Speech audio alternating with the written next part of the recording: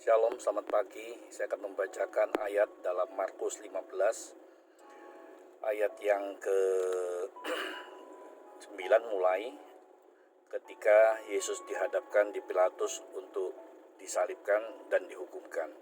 Pilatus menjawab mereka dan bertanya, "Apakah kamu menghendaki supaya kubebaskan raja orang Yahudi ini?" Ia memang mengetahui bahwa imam-imam kepala telah menyerahkan Yesus karena dengki.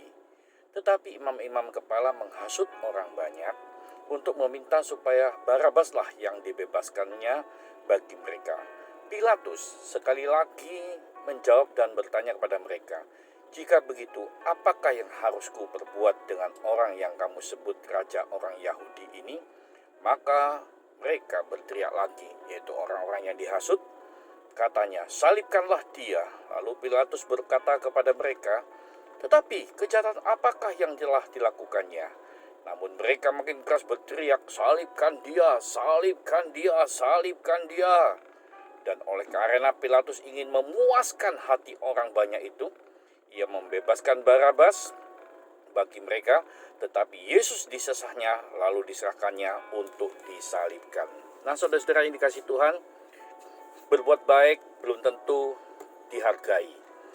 Menolong orang belum tentu dihargai. Tuhan Yesus banyak melakukan mujizat, Tuhan Yesus banyak melakukan pertolongan, dan saya yakin dari mereka ada juga yang berteriak, "Salibkan dia, salibkan dia."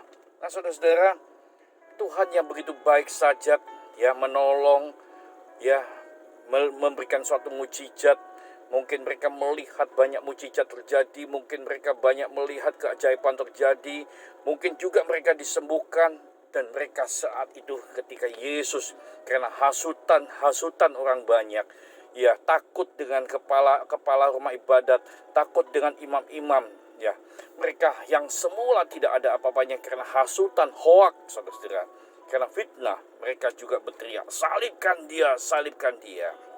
Nah, saudara-saudara, janganlah heran kalau kita juga berbuat baik, pernah menolong orang, pernah melakukan suatu hal kebaikan kepada seseorang atau lain sebagainya, lalu tiba-tiba orang itu membenci kita, lalu orang itu tiba-tiba tidak senang dengan diri kita. Jangan kaget, saudara-saudara.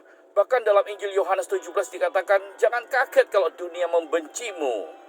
Sekalipun engkau berbuat baik, pasti ada juga yang membenci." Saudara-saudara, mengapa?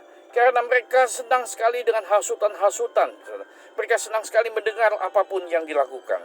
Saudara-saudara, sebab itu, kalau engkau dibenci oleh orang karena engkau pernah berbuat baik, jangan kaget. Karena itulah engkau diuji.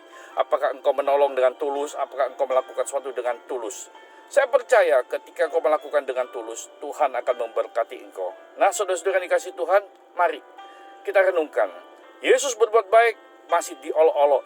Yesus berbuat baik, masih dihina.